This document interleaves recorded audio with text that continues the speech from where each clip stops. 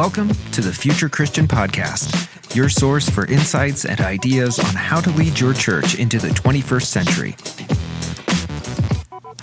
At the Future Christian Podcast, we talk to pastors, authors, and other faith leaders for helpful advice and practical wisdom to help you and your community of faith walk boldly into the future. Now, here's your host, Lauren Richmond Jr.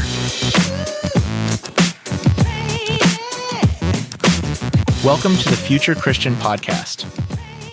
Today, Martha Tatarnic welcomes Dr. Elizabeth Schrader Polczer to the show. This is the second of a two-part episode, so go back and listen to the first half, which can be found in the show notes. Elizabeth Schrader Polczer is Assistant Professor of New Testament at Villanova University. She holds a doctorate in early Christianity from Duke University, with a focus on textual criticism, Mary Magdalene, and the Gospel of John. Her research has been published in the Harvard Theological Review, the Journal of Biblical Literature, TC, a Journal of Biblical Textual Criticism, the Comparative Oriental Manuscript Studies Bulletin, and the Journal of Early Christian Studies. She is regularly invited to present her peer-reviewed research at churches and conferences internationally. One more thing, please take a moment to leave a review on whatever podcast app you're listening on, and share this episode with a friend. Thanks, and enjoy the episode.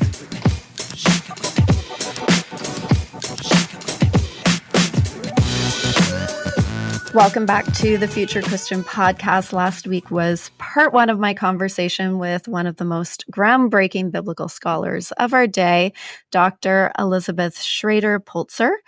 If you haven't already done so, make sure to check out last week's episode in which we discussed Dr. Schrader Polczer's research into the Gospel according to John, Papyrus 66, and what this might mean for our emerging picture of Mary Magdalene. Her research has been integral in forming a picture of Mary Magdalene as a disciple of key importance in the life and work of Jesus, not only one to bear witness to his death, not only the first witness of the resurrection, but also potentially the one to make the Christological confession at the tomb of her brother Lazarus and to anoint Jesus at Bethany prior to his execution.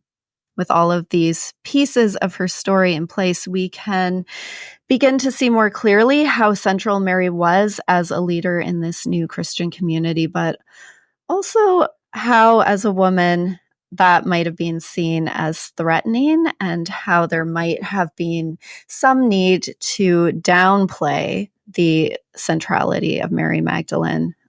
Or even to shadow her a little bit in the accounts that we have. A lot of us came to know the work of Elizabeth through Diana Butler Bass, who gave a sermon at the Wild Goose Festival in July of 2022. And in that sermon, she articulates Elizabeth's research about Papyrus 66, about the possibility that Martha might have been added into the story of the raising of Lazarus in order to downplay the role of Mary.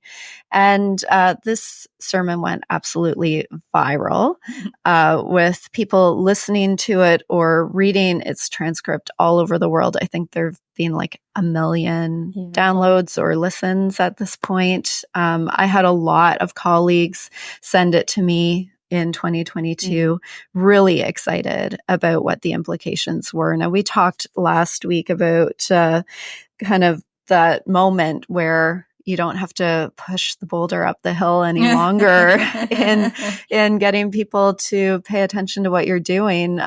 Suddenly everybody is paying attention to what you're doing. So can you just talk a little bit about that reaction and whether it surprised you? Whether it surprised me. Well, it was a surprise. I knew that Diana was going to preach on it because she's like, oh, I'm going to the Wild Goose Festival. Oh, look at the lectionary. It's Luke 10. It's Mary and Martha. How would you feel if I told people about your research? And I was like, oh, sure, that's fine. And she preached it extemporaneously, basically from memory. Yeah. And so some of the details in the sermon are a little off. Like she says that every single time the name Mary is changed to Martha in Papyrus 66. And it just happens for the first 5 verses that Martha's getting at it. But she was just going from memory, basically. But she did say, like, oh, yeah, I gave this sermon. And she actually was driving through Durham. I was still at Duke at the time. She was driving home to Virginia through Durham. She's like, hey, can we get coffee? She's like, yeah, earlier today I gave this sermon and people seem to have a really strong reaction to it at the Wild Goose Festival. I'm like, oh, that's so nice. And she's like, can I send this to you? Would you look it over? And would it be okay if I shared it? And I was like, sure. So she had recorded it and she showed it to me. And when she first showed it to me, actually, there was some parts of it that I was like, this isn't quite accurate. Like, I wouldn't say it that way. Right. And this is like, I'm a very meticulous textual critic and all the details had to be just right. And I remember there was this sort of moment where I was a little frustrated because some of the details were not quite right. And I was like, I started writing an email with all the things that I would say differently. And I was like, you know what? I don't need to be a control freak here. Just what's the most important thing? I was like, okay, just make sure that Diana tells people that it's theoretical, that I haven't proven anything. This is just a theory, kind of like, did Q exist for Bible dorks out there? Right, like the source that was known to Luke and Matthew. It's like that. Like, we don't, like, first of all, I haven't proved it. It's just a theory. And also she says something like that the Nestle Aland committee is going to change the text. And it's like, well, maybe. I know that they're talking about it. I check in with them from time to time. I hope that there will be some updates to the footnotes of, it's not the actual Greek text, it would be the footnotes of the Greek critical edition. I want to just make it really clear that that's what's going on. And also, I love the Nestle Aland guys. They're some of the coolest, smartest, most upright. They are not stuffy. They are fun and extremely smart guys. And I was like, just, that's the kind of things that I would like for her to say. So she said, yes, of course I can make those changes. So I actually almost stopped it. There was this moment when I'm like, it's not quite right.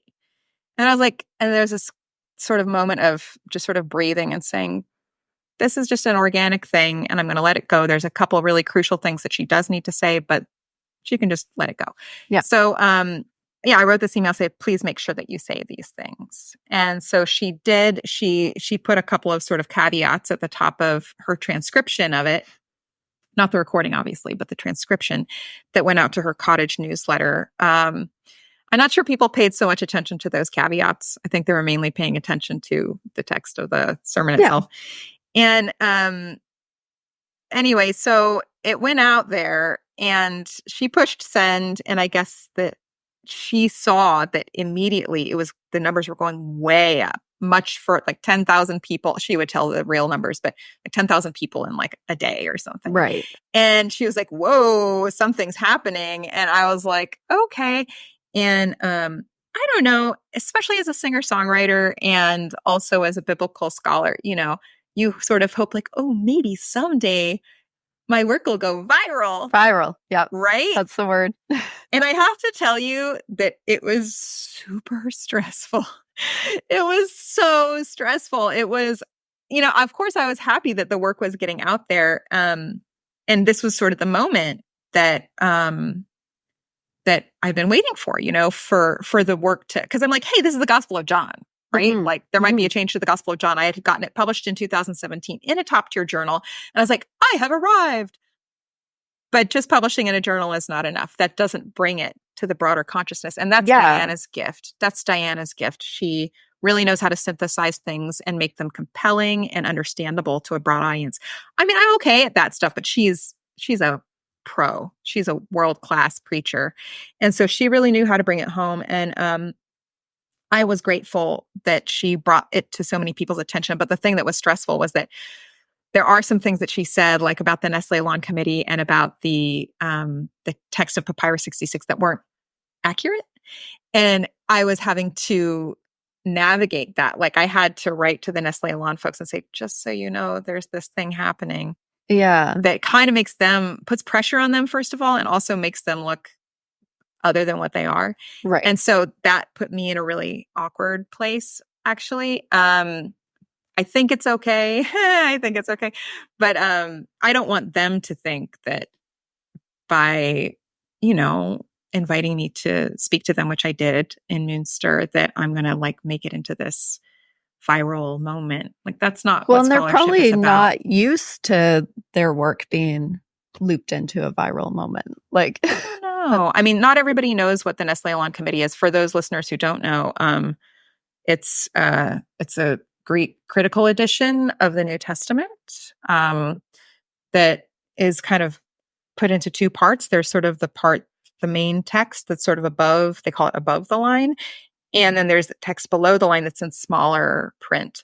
And the text below the line in smaller print is manuscript variations. And like that change of like the woman getting split in two, that is found in the Nestle Aland edition. Like you could find it in your Greek critical edition. But that's in the footnotes. And but the main text, the top part of the text, the big font, it's in Greek, and it is their best guess at what the evangelists or the New Testament, what the writer actually wrote, the autograph. Oh, okay. It's their best guess of their reconstruction of the autograph. And they use a lot of very sophisticated techniques to figure it out. And there's a lot of debate. And these editions, this is the 28th edition. They're coming out with the 29th edition very soon. They work on this constantly, and each change is highly debated and has to be backed up with rigorous peer review. And so what's going on is that this Greek critical edition is the base text from which all translations are made. Right. Okay. So your New Revised Standard Version and your New American Bible and your New International Version and your ESV, your English Standard Version, all of those different translations are using this as their base text. So this is the Greek text from which Bibles get translated into French, into German, into Swahili. So this is the critical Greek text. And this text, I'm not going to make any kind of an impact on the main text, the big text above the line, but there might be some changes to the footnotes. Which is, these are the variations in the manuscripts that we need to be paying attention to. And honestly, we shouldn't change the text above the line because, as I said, Martha is in every single copy that we have. It's just that her presence is very unstable. It blinks in and out throughout the entire transmission, all the way from John 11:1 to John 12:2. There's manuscripts where Mary's doing something where you would expect Martha to do it, or where there's one sister when you would expect there to be two. So her presence is unstable. We shouldn't take Martha out of the text because she's in every copy. Right. But we should maybe mention in the footnotes, there's all these really important copies where you see weird things. And if the footnotes are updated to reflect that more clearly, that means that future translations, like the New Revised Standard Version, might have, if you've ever looked at a study Bible, in the bottom it says, some ancient authorities say, blah. Yeah. That's where it might get changed. Like we might get a little note that says, some ancient authorities lack Martha. Right. In this verse, right? That's what we might get. And I mean, that's still a big thing. That's a big change. Yeah. Yeah. It's not, I don't want people to think that the Greek critical edition is going to get rid of Martha or that your Bible is going to get rid of Martha. That's just not going to happen unless there were some really very authentic, very ancient manuscript of John found where Martha were completely absent. That might cause a change to the text. And that is the hypothesis. That's the hypothesis. That might have been the case. Just like Q is a hypothesis. Yeah. Maybe there was a document circulated, but we don't have a copy of Q, so it's just a hypothesis. Right. Yeah. Yeah. And, a hypothesis that could be proved one day. Who knows? It could be proved if such a manuscript, an authentic manuscript, were to be found. So when you can watch this recording of Diana's sermon, and she gets quite emotional at one or two points in the sermon. I know when people were sending it to me, and it was mostly my female colleagues who were sending it to me, there was a lot of excitement, a lot of emotion in this getting shared as well. What do you think the nerve is that is hit with this possibility of Mary Magdalene almost having a parallel role to the Apostle Peter. Well, I think the nerve that it hits is that we've always, we've suspected that something like this might have happened, but we just couldn't put our finger on it. Mm-hmm. Like there's something weird. There's something that was changed. And I was like, no, just look at everything. Everything's very clear.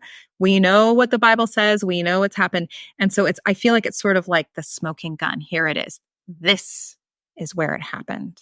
And I feel like that's what's exciting about it, is to actually be able to name and to put your finger on, this is the change that was made that caused the diminishment of Mary Magdalene and women's roles in Christianity. Here, women's roles in John, in the 2nd century, in this story. I think because oftentimes people have intuitions that are dismissed because there's no hard evidence. And so to say, here's the hard evidence that supports what all of our intuitions have been saying to us our whole lives, that there's something wrong about the way that women's roles turned out in the church. I think that that's the nerve that it hits. And to be able to articulate it in a way that makes sense exegetically. I mean, some of the people that are the most enthusiastic about my work are John scholars, because they're like, right, like Mary and Martha say the same thing twice. Oh, that makes so much more sense if Mary of Bethany is, okay. Like the John scholars, the exegetes are the ones who it resonates with the most, which are, by the way, the people that it really matters with, because they have a sense of the evangelist's voice and what the evangelist is trying to convey. So, it makes sense from a biblical scholarship level. It makes sense from a text critical level from the manuscripts. And it makes sense from like what many of us know to be wrong about the way that the church has turned out in certain ways, the sort of suppression of women's voices, the misogyny, the imbalance in power that honestly has created some real problems. Yeah, it has definitely created problems. And it's not that you can't point to places where clearly women did have a big role in the biblical witness in the life of Jesus and in the early church, but it's so easy to downplay it or overlook it. And, as Diana says in her sermon, like, I knew it. I knew that, that gut instinct that no, like women had a role, and maybe this woman in particular had a central role. Yeah. Has there been a negative nerve that your work has touched at all? Like, has this received blowback? Not as much as you would think. Partially because it's just a theory, right? Right. Like, like if people are going to like come knocking on your door and saying, Q did not exist, or like Martha, I'm not like demanding that this is true. I'm saying it's a competitively plausible hypothesis to explain all of the strange phenomena. You can't like argue that there's strange phenomena happening around Martha. And some people have tried to argue, I guess there was one peer-reviewed article that came out in November that said, oh, some of this is just sexism in like, oh, they're saying like they tried to argue that there was sexism, but the sexism was in the opposite direction. I don't know, like by saying that Martha's getting diminished or that like when it says Mary, his sister, like I've argued that the text would say there was a certain sick man, Lazarus of Bethany, the village of Mary, his sister. And this was the Mary who anointed the Lord with ointment. I'm saying that's what you can actually reconstruct most of the text. Well, all of the text actually of John 11, 1-5, using real readings from some of the most important manuscripts of John in the world. And I think that John 11:1 said the village of Mary, his sister, and that John 11:5 says Jesus loved Lazarus and his sister. There are real copies that say that. Right. Okay. And this Richard Fellows said, oh, that's misogyny by saying his sister. So he's still arguing for misogyny, but in a different way. Okay. I'm like, okay. I mean, like you could argue that even though I don't know, like John scholars and those redaction critics that I mentioned pointed out the inconsistency between John 11:1 and 5, how it says there was a certain sick man, Lazarus of Bethany, the village of Mary, and her sister Martha. It says Lazarus, Mary, Martha. And then in John 11:5, it says, now Jesus loved Martha and her sister and Lazarus. People have pointed out that that seems to show two different hands. Smart redaction critics have pointed that out, because why is Lazarus first and Martha last in John 11:1, but Martha's first and Lazarus is last in John 11:5? That seems to show two different intentions. This is what the redaction critics had talked about. And I'm saying that's because somebody imported Martha and is trying to, and has done an awkward job of doing so. And actually, if you look at John 11:1-5 from my textual reconstruction, which is, you had to cobble together readings from 3 different manuscripts. It's called an eclectic text, it's not a conjecture. It's like, these are real readings from different manuscripts. And by the way, the Nestlé-Aland edition is also an eclectic text. Right. It's not like it's picking one manuscript. We're going to copy Codex Vaticanus for you. No, they're taking all the manuscripts and picking the best readings from those various manuscripts and creating this eclectic constructed text, which is the same thing as I did. I just chose different readings than they did. And in my eclectic reconstruction of John 11:1-5, there's consistency. There was a certain sick man, Lazarus of Bethany, the village of Mary, his sister, Lazarus first, Mary second.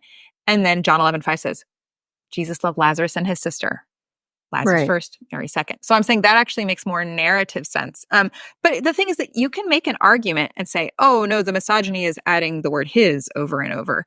And it's like, okay, like you can make that argument. I think it's kind of a weak argument. But, you know, I would say that that's the furthest pushback that I've gotten, is saying like, oh, there is some sort of sexism going on, but it's by making all the things into his. I'm like, or you know, that the reading Jesus loved Lazarus and his sister is because they're trying to put the man first. I'm like, okay, you can make that reading, you can make that argument. But to me, like, what's most compelling about it is that there is a coherent text form. Where it's just Lazarus and Mary that is substantial. Like in my Harvard Theological Review article, you can get 5 solid verses of text with just Lazarus and Mary from 3 of the world's most important copies of John. It's Papyrus 66, Codex Alexandrinus, and Codex Colbertinus. Those are some of the world's most weighty manuscripts of John. And by combining crossed out readings from those 3 manuscripts, you get an alternate text form that is totally coherent. And that wasn't really addressed. It's just like, oh, this word or that word is more, you know, male friendly. It's like, okay, that's like losing the forest for the trees. When you accurately zoom out, you can see, first of all, there's a consistency in the text form. Second of all, zoom out to Johannine exegesis. The John scholars are like, wait, no, this resonates. This makes better sense.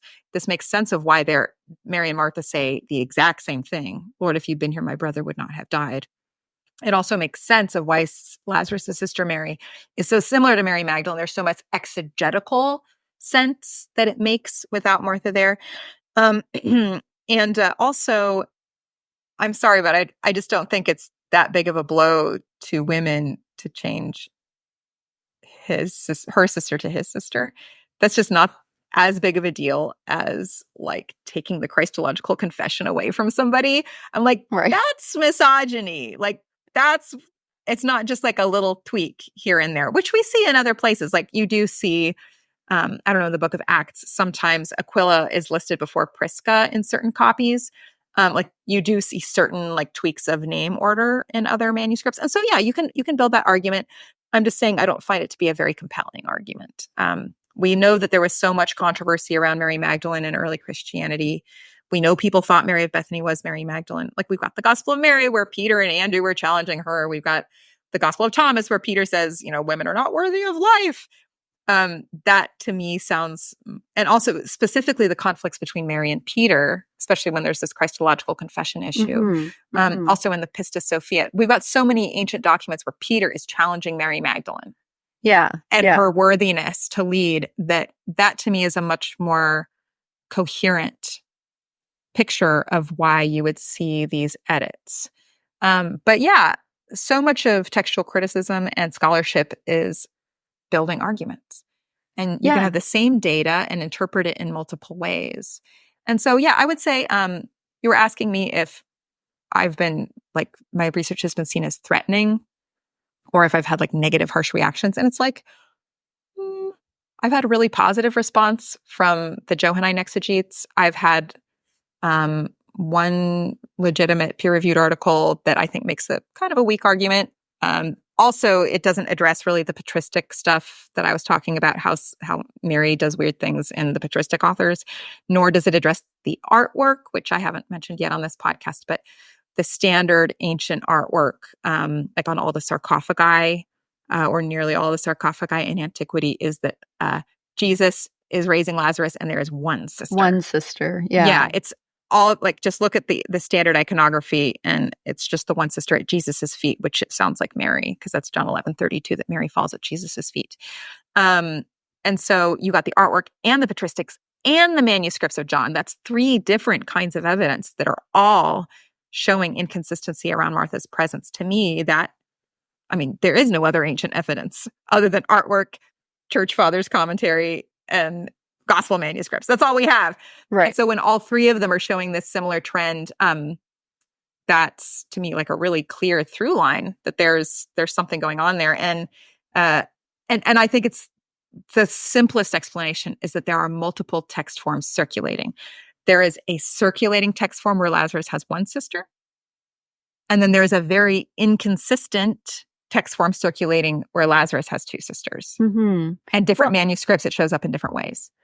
I think that it is harder to push back against your research when you do take such care to make sure that you're clear about what you're saying and what is the hypothesis from, the evidence that we actually have.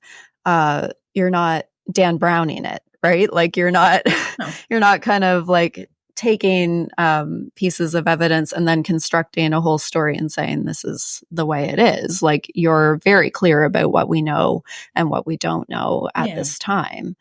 I'm always fascinated, or I've always been fascinated by the portrayal of Mary Magdalene over the course of pop culture. And I mean, not just modern pop culture, but like pop culture over the centuries. I find it quite incredible how often there's this assumption that Mary Magdalene must have had romantic feelings toward Jesus, because like, how could we possibly understand her interest in Jesus apart from she must have been in love with him? Well, I do want to push back on that a little bit, because I think it is also built into the Gospel of John that there is an intertext with the Song of Songs, where the bride is searching for her beloved in Song of Songs chapter 3. Like, by night I searched for my beloved, and I passed by the watchman. Have you seen my beloved? And when I found him, I held him and I would not let him go. That is absolutely known to the author of John, and it is absolutely an intertext that is going on underneath the story of John 11. Sorry, not John 20 of Mary Magdalene searching for Jesus in the garden. And people have pointed out that intertext with the Song of Songs from the very beginning. Hippolytus of Rome in the 3rd century points it out. Ambrose in the 4th century knows about it. Even Bernard of Clairvaux. Like, people know that so it is sort of hinted at that, like, Mary Magdalene is personifying the bride searching for her beloved. Right. In John chapter 20. And beyond that, of course, there's the Gospel of Philip, which was lost to us for most of Christian history, but, published in the 1950s. It's one of the Nag Hammadi Gospels. And it says that Mary Magdalene was the companion and the twin of Christ. This word hotre in Coptic it says koinonos in Greek, which means companion. And then it says she was, Mary was his mother and his sister and his hotre, which means something more like consort or twin. And so that does seem to have, it like has this connotation of being yoked. Right. Someone. And that one I think does have some sort of romantic over it. And it says that Jesus used to kiss her often. So, I mean, I would say the Gospel of Philip, I'm not going to say it says anything about them being married, because it doesn't, but it does have some sort of romantic connotations in this one document, which is just one perspective. Clement of Alexandria in the 2nd century also says the Lord did not marry. So these are 2 different ideas about Jesus's romantic life circulating simultaneously that say 2 different things. We can't know. Like, Clement of Alexandria and the Gospel of Philip are both 2nd century, and they're saying 2 different things. We can't know. We can't actually know. We can't get to the origin of it. But I do think that this idea that there's some sort of romantic love that Mary Magdalene has, which is definitely picked up in a lot of medieval interpretation. Yeah. And certainly in the Da Vinci Code. The Da Vinci Code has been influenced by the Gospel of Philip and the Gospel of Mary that says that Jesus loved her more than all other women. But I would say it's in John 20 that there is this subtle hint that Mary Magdalene is personifying the bride in the Song of Songs. I mean, I think you have to look at it that way. Yeah. Okay. That definitely brings in a lot of the different pieces of the puzzle. And the bottom line is that, like, although we can see how, like, Mary Magdalene has been downplayed and misunderstood and associated with pieces that there aren't biblical foundations for connecting. You know, she has been said to be a prostitute, and there's no biblical foundation for that. There has been just this rampant fascination with her as well that we can see down across the centuries of the church. I find it really interesting. Like, I think that we can definitely point to Mary Magdalene's role, and as you said earlier, like, what could have been the role of women if we had more accurately been able to see her. But I've also heard you talk about how maybe, you know, there was a truth that the church just wasn't previously able to hear, and now we can hear it. Can you just say a little bit more about how maybe the hand of God is revealed in both Mary's downplaying and in the illuminating of her story now? Well, I always liked that this is a story about death and resurrection, right? The Lazarus story is a story about death and resurrection. And as I was working on my master's thesis and I was looking over and over and over and over at hundreds of transcriptions of John, this one verse, John 11, verse 4, was constantly popping out to me, where Jesus says, "The illness is not unto death, but it is for the glory of God, so that the Son might be glorified through it."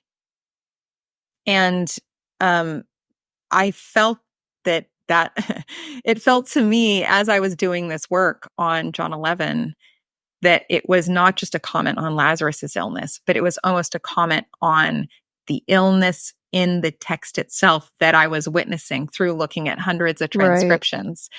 There is an illness in the text, but it is not unto death. So if I switch out of my text critic hat and I put on my theologian hat, to me, that really resonated with me, that also that Jesus waits for a couple of days.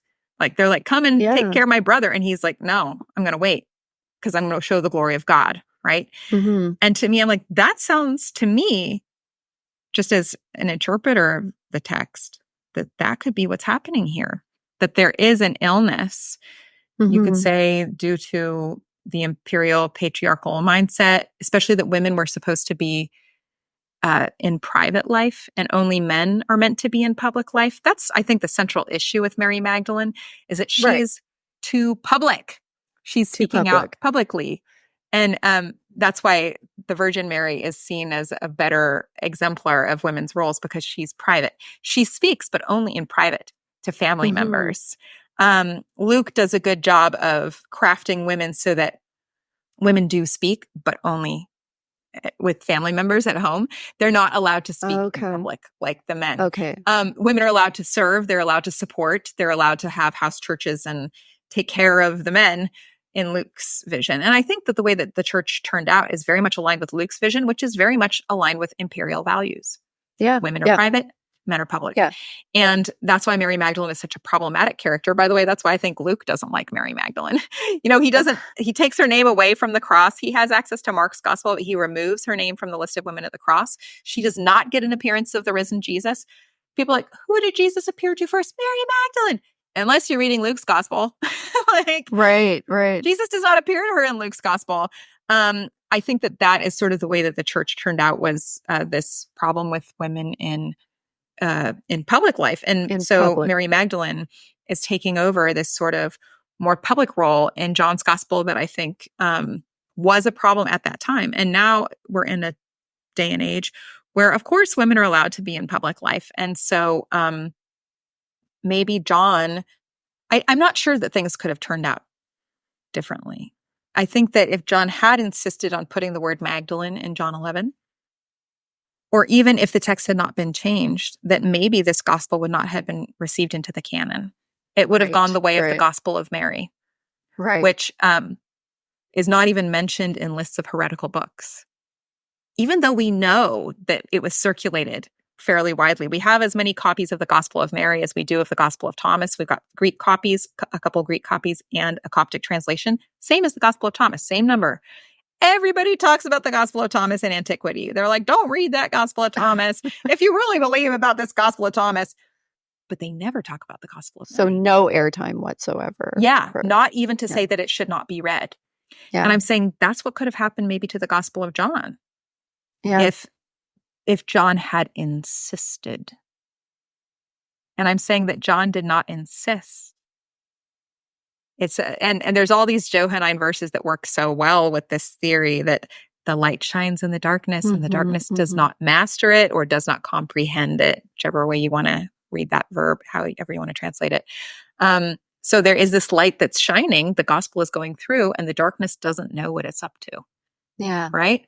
And also this idea that there's no greater love than to lay down one's life for one's friends.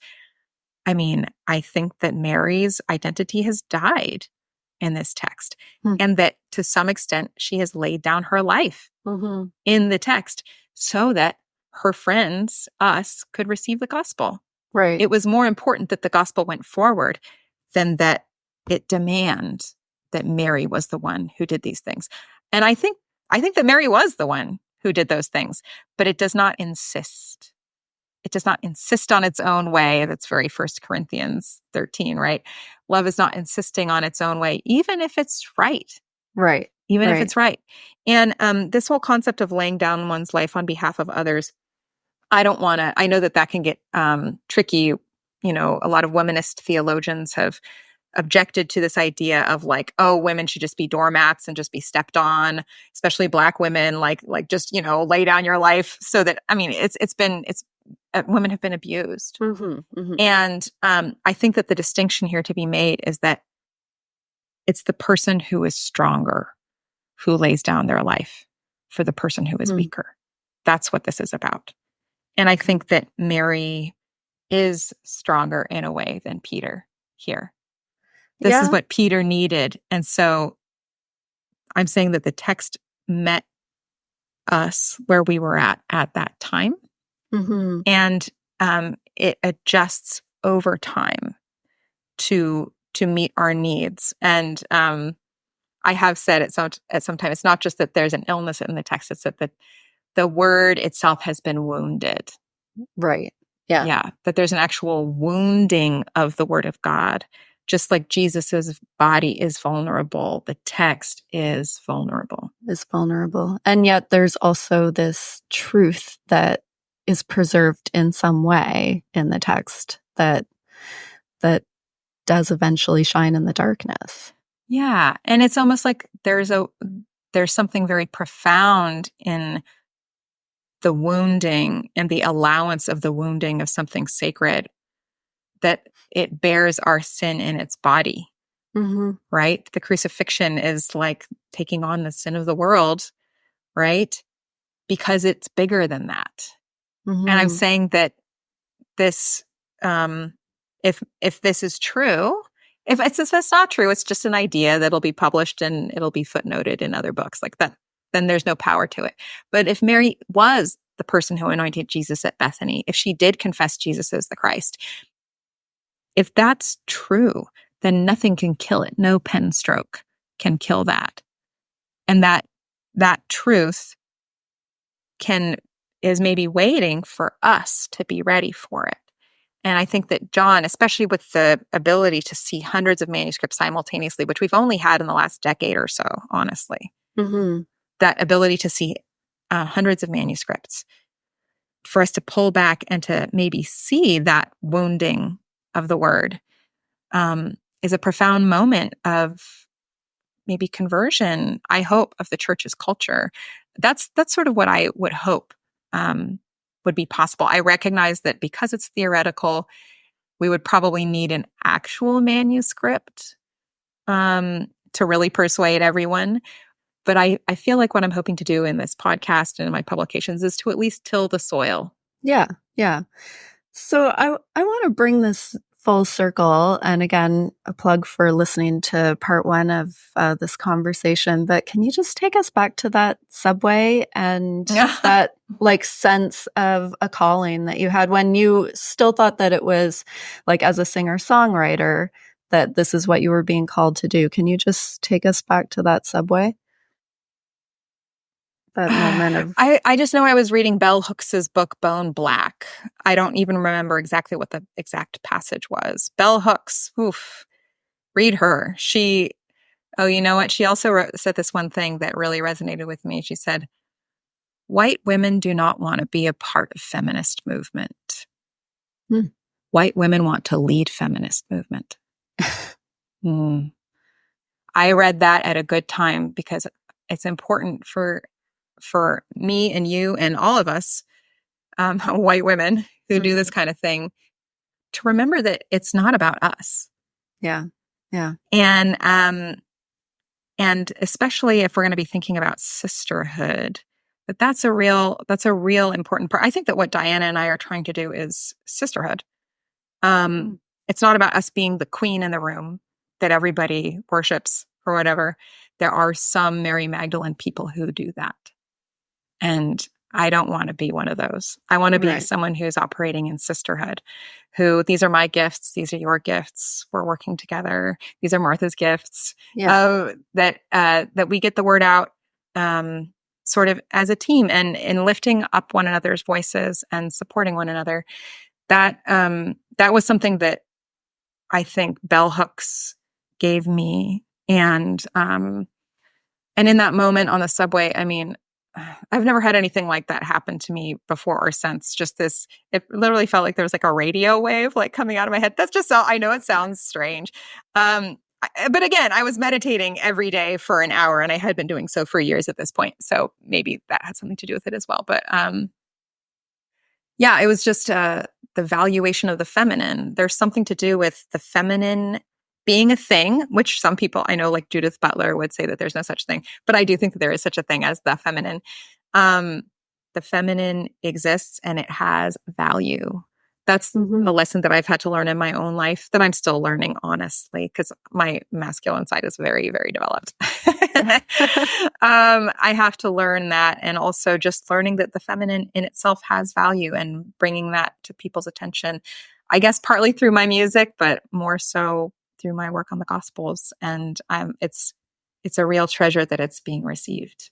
Yeah, well, I just have to say on a personal note, I mean, it means a lot. Like, it means a lot to me as a woman in leadership in the church. It means a lot to my colleagues. It means a lot to have this biblical grounding, to have this unfolding research that allows us to lean into that valuing in a way that feels true. And powerful and collaborative. And I really want to say thank you to you for not just your work, but your voice. And I think your ability to connect like really solid, careful research into a framework of why it matters as well is such a gift. So thank you very much, Elizabeth. Thank you. And again, it's a real pleasure for me to know that the work that I'm doing matters and it makes a difference, which is, of course, what I wanted in the music business as well. And sometimes life is just unexpected. It takes you down paths you never thought you'd go on. Like, who knew that my brain was good at manuscripts? So strange. Yeah. Well, we're definitely on a path full of surprises and twists and turns in the road if we're the lucky. red thread. The red thread. Love that. Okay, well, let's take a quick break and then we'll come back for a couple of closing rapid fire questions. Okay, welcome back to the Future Christian Podcast and our closing rapid fire questions. And we always say to our guests that you can take these questions as seriously or not as you want. So don't be thrown too much by this first question. But Elizabeth, if you were Pope for a day, what would that day look like? What would be on your agenda? I would abdicate. I don't want that kind of responsibility. Yeah, I think that just totally flies in the face of everything that you just said about the feminist movement and sisterhood. And yeah, exactly. Okay, so clear answer. What is a theologian or historical Christian figure that you would want to meet, have supper with, bring back to life? I mean, probably Jesus, obviously. If you got to meet Jesus, that would be the best, obviously. Right. But if you're talking about somebody other than Jesus, well, and of course, Mary Magdalene, I'd want to hang out with her and the Virgin Mary. Those are my besties. Like, I want to hang out with them. But if you're talking about somebody a little bit deeper cut, probably I really like Gregory of Nyssa. I think he's really smart theologian, and he has some of the ideas that he has on like ransom theory really resonate with me. I know that's kind of dorky patristic stuff, but I think Gregory of Nyssa understood. I think he's a smart guy. I think we should try to get all those people around the supper table, Jesus and the Marys and Gregory and you. Sounds like not Gregory the Great. I don't need to have dinner with him. Okay. But Gregory of Nyssa, the Cappadocian, I like him. Okay. Good to be clear about that. Mm-hmm. What will history remember from our current time and place? Oh man, probably it's that moment, like, it's like, oh, when did we invent farming? Or like, when did we invent the printing press? It's going to be like, when did we invent AI? That's probably what this is going to be. I like to think that there is a higher power beyond that, but we'll see. We'll see if AI just takes everything over and becomes our new reality. But that's what I think history is going to remember from where we're at right now. Yeah, we did a roundtable on AI a couple of months ago on the podcast. The implications are huge. And not fun as a professor. I made all my students do blue books for their finals. I'm like, no computers of any kind. Their hands were like shaking. They're like, I don't actually write this much. I'm back to blue books to keep them away from that stuff. Yeah, that's good. Good hack for sure. What are your hopes for the future of Christianity? Well, like any researcher, I hope that my work might make a difference, not just from preaching to the choir, from people who already agree with me, but for people who might really have thought something differently for a long time about the roles of men and women. I hope that this might be able to make a shift in people who have been certain for so long of the roles of men and women. I hope to create a little crack. I also love this Leonard Cohen quote, there is a crack in everything. That's how the light gets in. Yeah. That's what I think is going on in these manuscripts of John. Let's follow that crack and see if the light gets in that way. Yeah, that's beautiful. Where can people find more about you, Elizabeth?